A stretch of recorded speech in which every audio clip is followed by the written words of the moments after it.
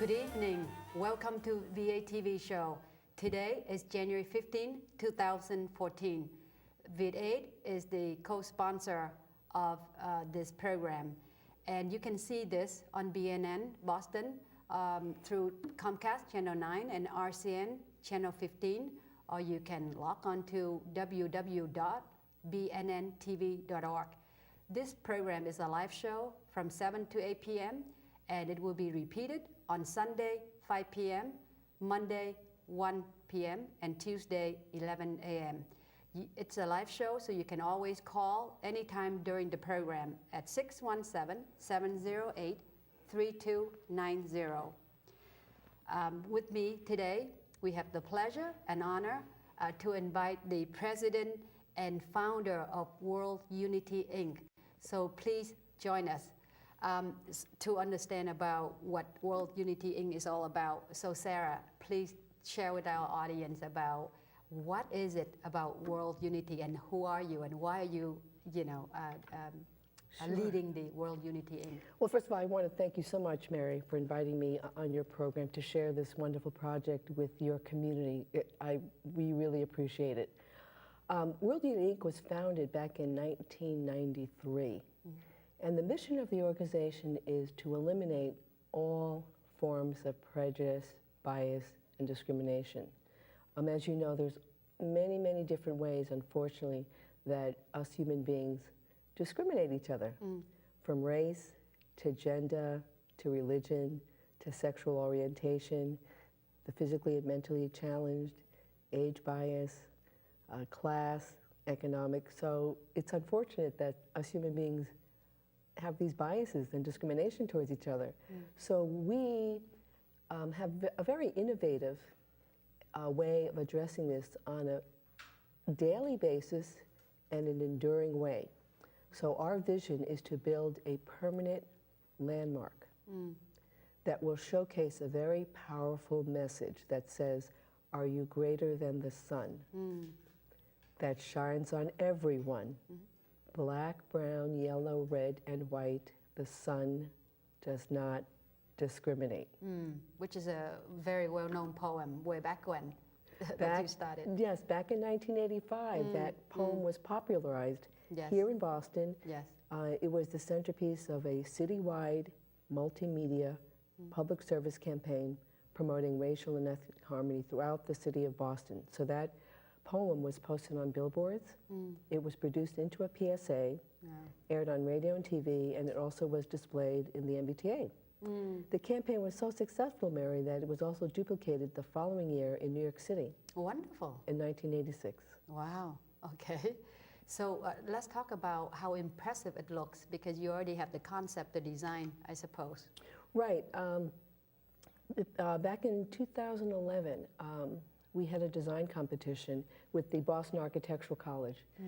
And so students participated in this design competition, and we came up with a winning design. A jury helped select the winning design. And the two students who came up with it are international students. Wow. One from Kosovo and the other one from Togo, West Africa. Wow. Ardian and Pierre. I see. Came up with the two designs, That's They worked together to come up with this design. I see. So how long did it take them to come up with the final product? I think it was, let's see, April, I think it was about 2 months. And I think you have a picture of it, right? Yes. Is it up yet? We would try to show Bring it up. Yeah, to bring it up. But in the meantime, so describe the monument or the landmark itself. How tall is it? And it stands about 40 feet tall, and it has a metallic skin to it. I see. And it's two spiraling forms that reach up into the sky. I see. So the concept is, it's like we are all one. I see. We're all one. Wonderful. And so this poem engages the viewer to ask himself or herself the question, am I greater than the sun? I see.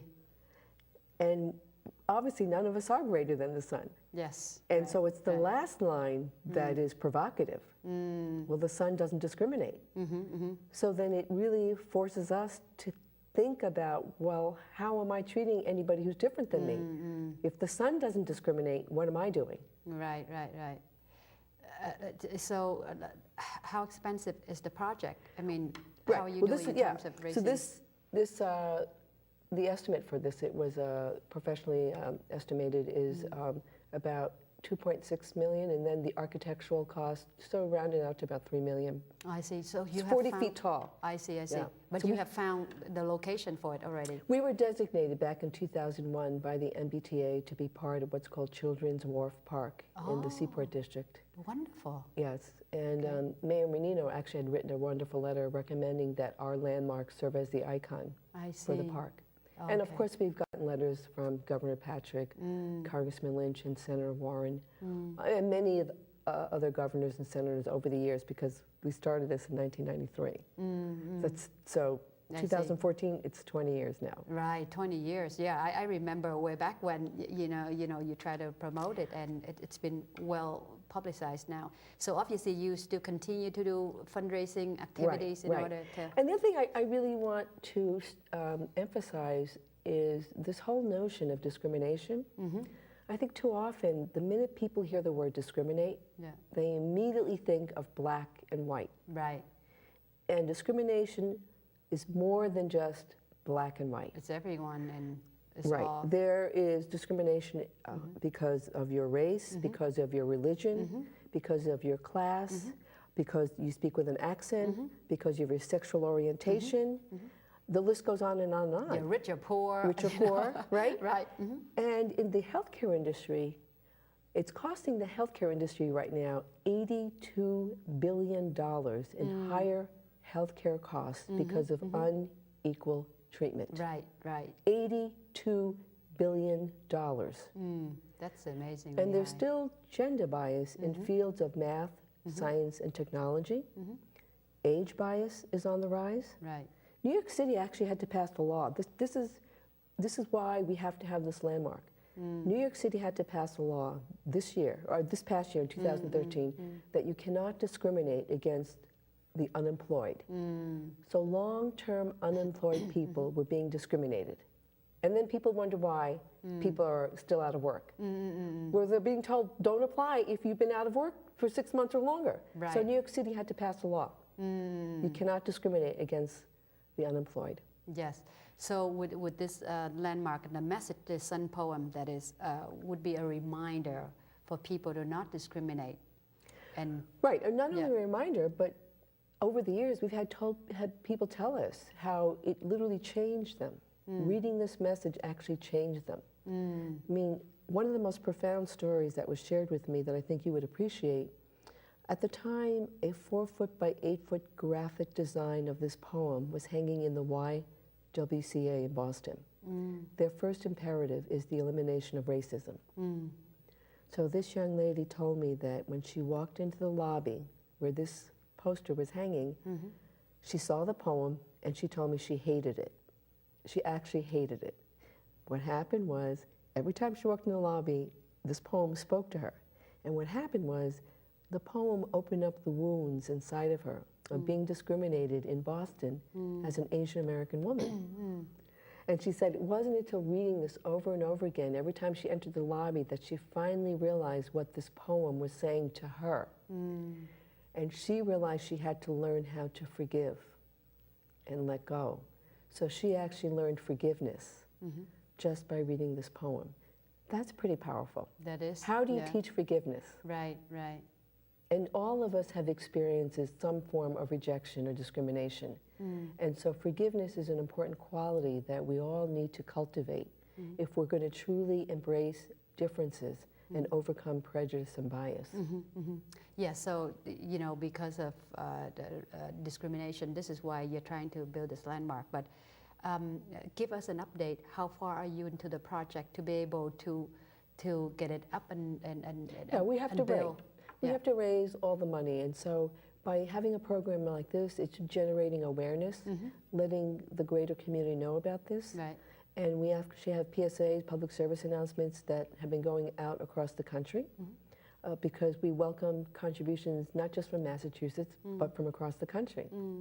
As a matter of fact, the first check we got was from a businessman from Hartford, Connecticut. Really? That's First so check. nice. Wow. For $10,000, Mary. Wow. That's Hartford, Connecticut. wonderful. That is wonderful. And so this isn't being built in his city or his state. Right. Why did he contribute Right. $10,000? Because he realized this is an issue that affects everybody everywhere, not just Boston. Yes, that is everywhere. so important. So how can people help you though? How can they get involved to help Thank you. It's so simple, Mary, and thank you for asking that question. The first simplest way is for people to visit our website, worldunityinc.org, and share the website with all of your friends. Just say, visit World Unity Inc. And be inspired by this message. And if you can contribute $1 or $2, whatever you are able to do is much appreciated. Because in Massachusetts, I think there's about a little bit over 5 million people. If we had just $1 from each person, we'd have all the money we need to build this. And you're looking for the difference of what? How much have you raised and how much are you looking to raise? Yeah, we've raised several hundred thousands of dollars. Okay, And so, okay. But we need more to build this because I told you it's 2.6 million. Yeah. Yes. I see. 2.6 is not a whole lot. No. Let's hope that Yes. some viewer, could give you more. Yes. And this It'll is get all, a multimillionaire person to give Right. you 2 million is nothing, right? So, yeah, and this is about creating a better world for the next generation. right. And just to share you with one other quick story, a teacher in the Malden Public Schools actually introduced this poem to her students. A year later, I see. one of the students came up to her and said, "Mrs. Nunez, I'm shining like the sun." Oh, The how teacher sweet. said, "What do you mean you're shining like the sun?" She said, "I'm listening better, I'm being nicer and sharing more. I'm treating my friends nicer." Because she said, "I remembered the sun poem and we talked about it. And you told us how to treat everybody with respect like the sun." And so she said, "I am shining like the sun." Now just imagine if young children across this state were introduced to the sun poem, discussed its meaning, and the teacher said, "I want you to shine on everybody like the sun." Would they be bullying each other? Would they be discriminating each other? No. Yeah. That's why we need to build this landmark to instill this poem in children so they can be inspired to shine on each other like the sun and not bully each other. So besides fundraising, what other challenges have you faced? That's the biggest, to raise the money. Okay, I see. So it's not... Raising the money. Because when you have the money, as you know, what about money, getting the money talks. Sure. Right. How about your signature event? Oh yeah, we have an event and coming up. then- Yes, right. we have an event coming October 17th. That's a Friday evening, and so we always have sponsors. And so obviously we welcome the community to purchase a ticket to come to the event. It's a Friday night. It's a wonderful event. This year we're going to include some dancing. Oh, okay. We always have an inspiring keynote speaker. Who would that be? Well, we haven't identified the speaker yet Okay. because we're in the new year. Okay. But we always try and look for an inspirational speaker. Sure. Yeah, I have attended several events of yours in the past, and I have always enjoyed it. It's a lot of fun, a lot of performances, which is very entertaining. Yes. And the food was good. Thank you. Yeah. Yeah, it's a great time for everybody, and it's informative, engaging, and entertaining, and enlightening.